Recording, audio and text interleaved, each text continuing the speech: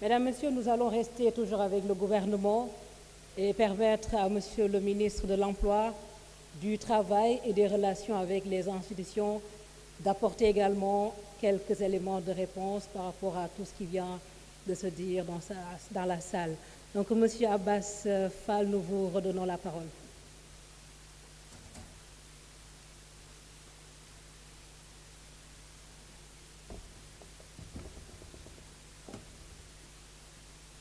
Merci Aram. Permettez-moi, Aram, de prendre 2 minutes de mon temps que vous pourrez déduire de la présentation. Parce que tout à l'heure, je me suis exprimé en français, mais je n'ai pas eu l'occasion de m'exprimer aussi en wolof. Pour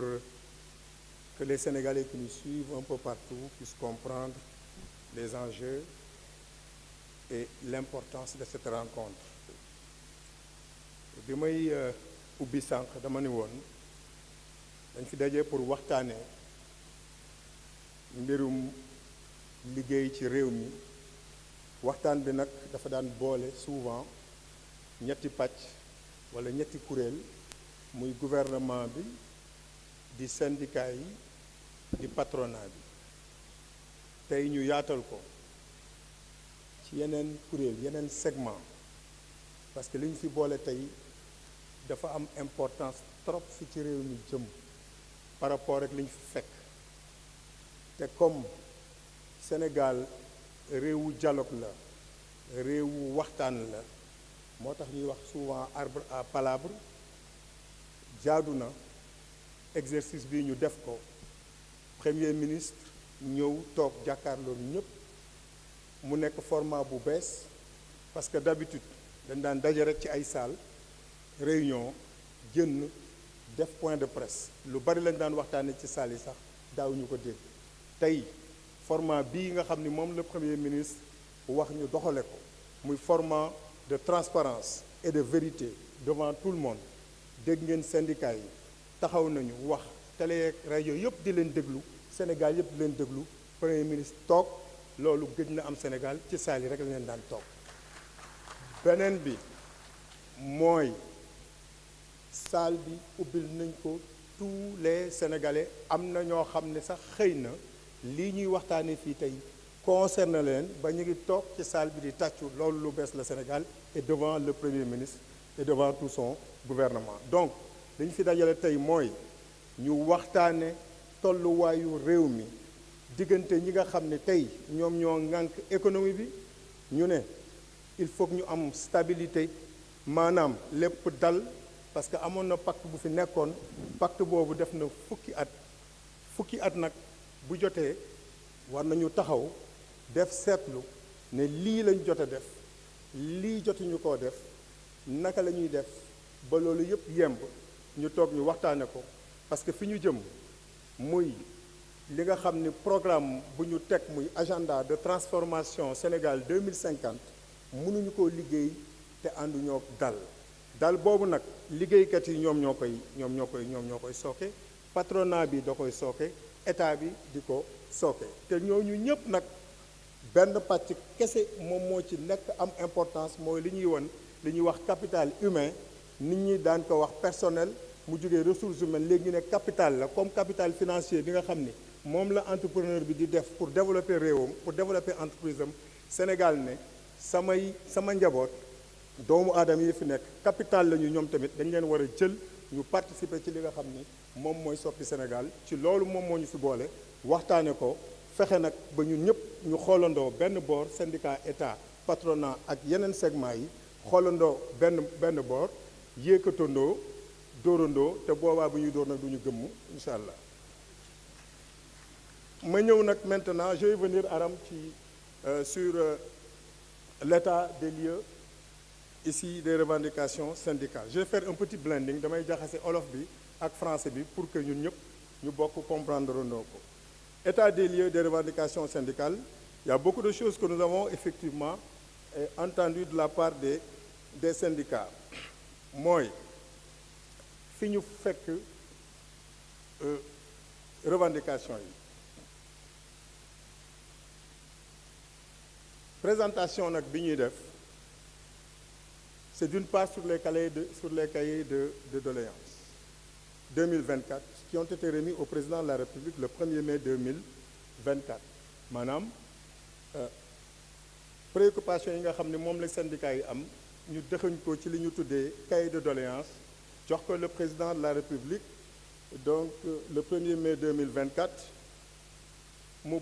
porté ci ay revendications yi nga xam ni def nañ ko dans ce qu'on appelle une plateforme minimale maanaam dafa am benn plateforme boo xam ne yaatu na mais dañ ko résumé dugal ko ci benn plateforme minimale loo xam ni mënta ñàkk loolu yëpp nag ñu def ko genre synthèse et répartition des cahiers de doléances. Il y a eu 21 cahiers de doléances par 25 centrales syndicales. 14 thématiques recensées maanaam fukki pàcc ak ñeent yoo xam ne moom moo gën a solol centrales syndicales yi ak patronat bi ñu dëxañ ko ci benn kii 22 départements ministériels concernés maanaam ñaar fukki ministère ak ñaar liggéey nañu ci lii parce que bu leen fàtte ni revendication yi dafa laal ministère yu bari am na aussi plusieurs entreprises interpellées maanaam administration du travail en même temps que syndicats yi boole nañu lu mat entreprise excusez-moi y a pas le nom ici excusez-moi y a plusieurs entreprises maanaam am na ëttu këru liggéeyukaay yu bari yoo xam ni interpellé na leen ci ñoom daañu ci egsi maintenant thématique yooyu ak doléances yi ñu doon wax mat nañu fukk ak ñeent mooy le coût de la vie parce que dégg ngeen syndicalistes yi ñu di ko wax nee nañu dëgg la nañ leen yokkal seeni salaire waaye tamit nañu wàññi dundin bi ak situation réew mi fu mu nekk je pense que loolu c'est l'occasion d'en discuter. Rémunération dans la fonction publique loolu duma ci sore mon collègue Boucal en a parlé tout à l'heure. L'élaboration ou la finalisation des textes législatifs et réglementaires maanaam am na ay textes yoo xam ne ñu ngi ciy liggéey am na ci yoo xam ne sax mu ngi ci circuit bi yii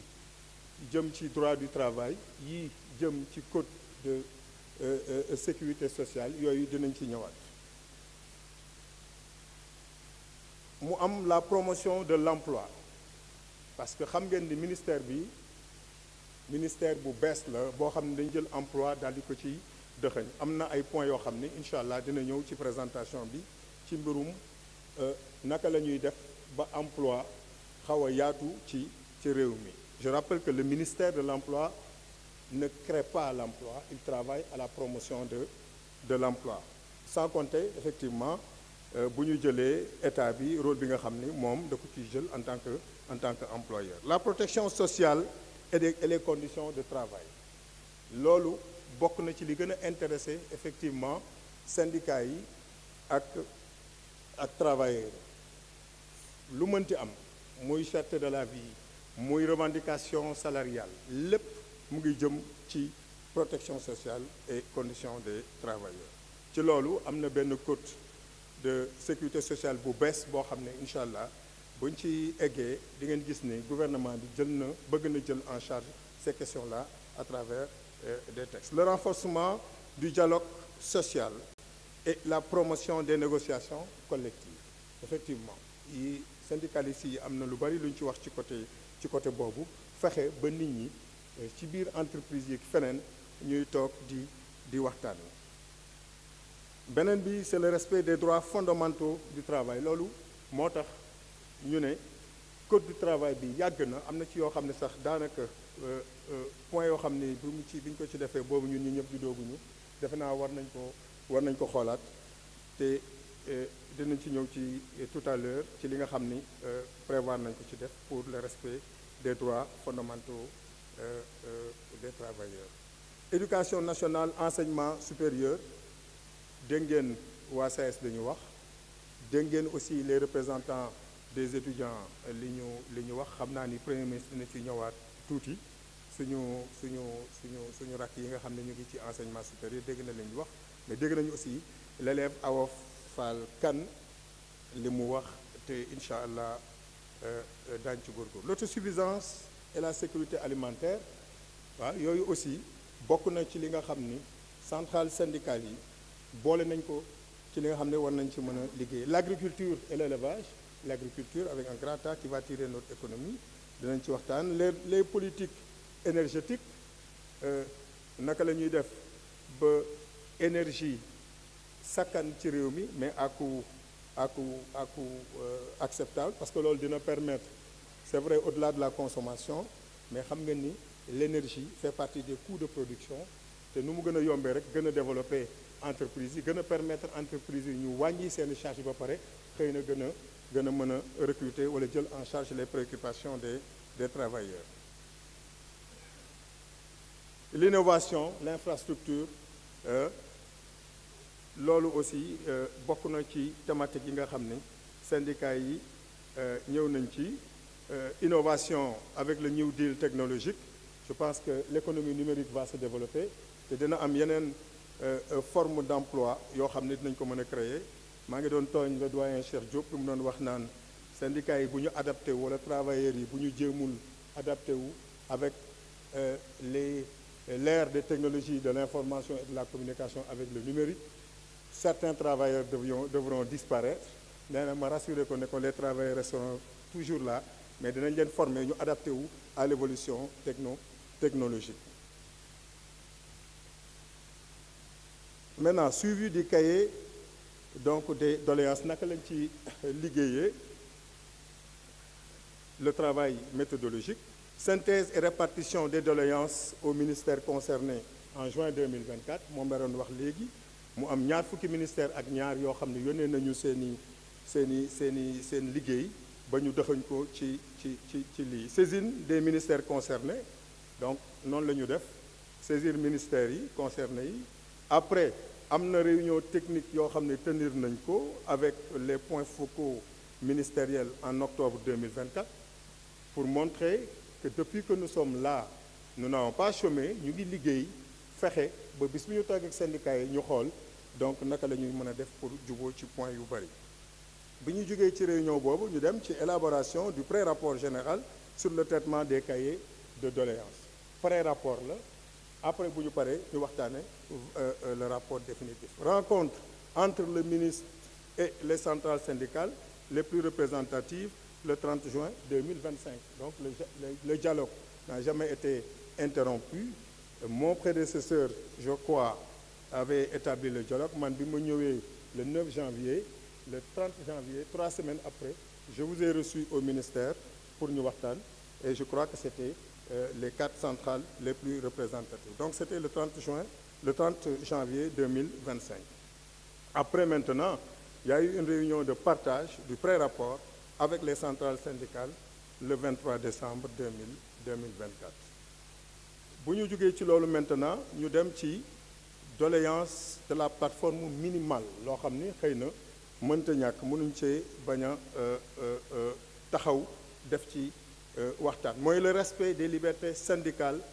et la protection des travailleurs. Doyen Cheikh Diop wax na ko tout à l'heure, am na ay entreprises yoo xam ni ñoom dañu en fait dañuy néewal doole travailleurs yi en ne respectant pas leurs libertés syndicales. Beneen bi c'est le renforcement du dialogue social, l'amélioration du pouvoir d'achat et la protection sociale des travailleurs. Maintenant synthèse bi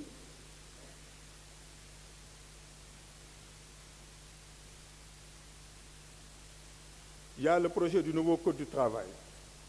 bu am yenn innovation yu ñu mën a partager ak yéen. Le renforcement des pouvoirs de l'inspecteur du travail, le renforcement de la protection du travailleur temporaire,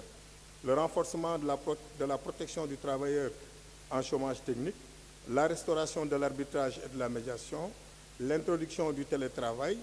la protection renforcée des travailleurs handicapés. Loolu bokk na ci li nga xam ne donc liggéey ñu ngi ciy liggéey. L'élaboration aussi des projets d'arrêté pour améliorer les salaires des domestiques et gens de maison, les travailleurs agricoles et pour la suppression des heures d'équivalence dans le secteur de l'hôtellerie loolu yëpp syndicats yi wax nañ ko. Pour aller plus vite ñu dem sur les libertés syndicales et la protection des droits des travailleurs ñaata contrôle d'établissement la ñu def. Il y en a eu en 2024 5402, en 2023 il y en avait 5275. Toujours dans cette même rubrique respect des libertés syndicales. Élection des délégués du personnel en 2024 il y en a eu 292, en 2023 il y en a eu 254.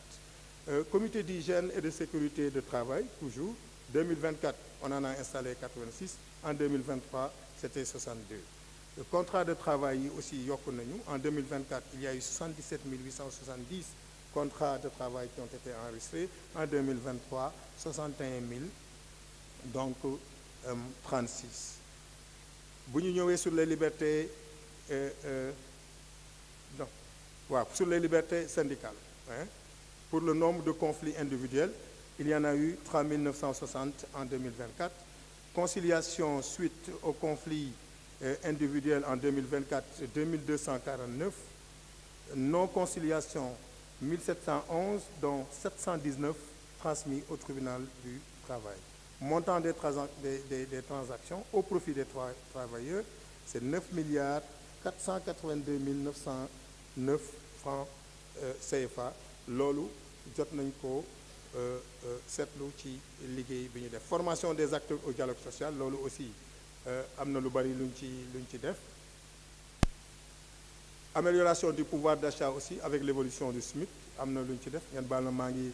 temps bi moo ma xaw a xoj moo tax doo mën a dugg ci détails yi. Amélioration du pouvoir d'achat, évolution des salaires catégoriels dans le secteur privé. Donc l'augmentation généralisée des salaires en janvier 2020, augmentation généralisée des salaires en juillet 2023 et revalorisation de la prime de transport en juillet 2023. Amélioration du pouvoir d'achat au niveau des collectivités territoriales. Je pense qu'on a écouté Monsieur Sylla. Am na loo xam ni Monsieur Sissoko, excusez-moi. Donc am na loo xam ni le ministère de la fonction publique jot na ci wax.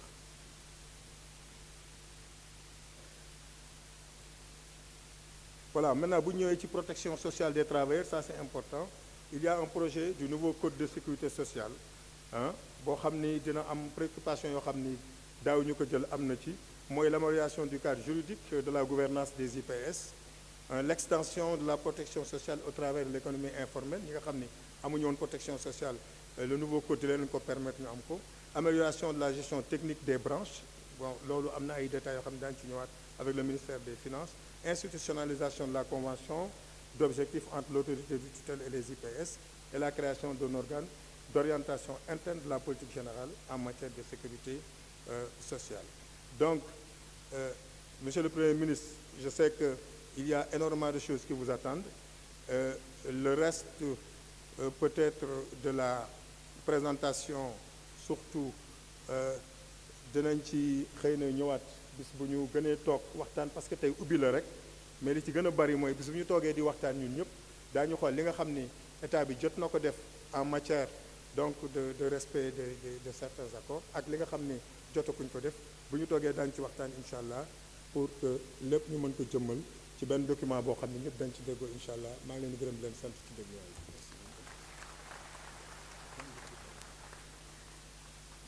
Merci beaucoup, Monsieur le ministre Abass Fall. Mesdames, Messieurs, nous arrivons à la fin donc de cette cérémonie, de cette première édition des grandes rencontres tripartites entre le gouvernement, les organisations syndicales et les organisations d'employeurs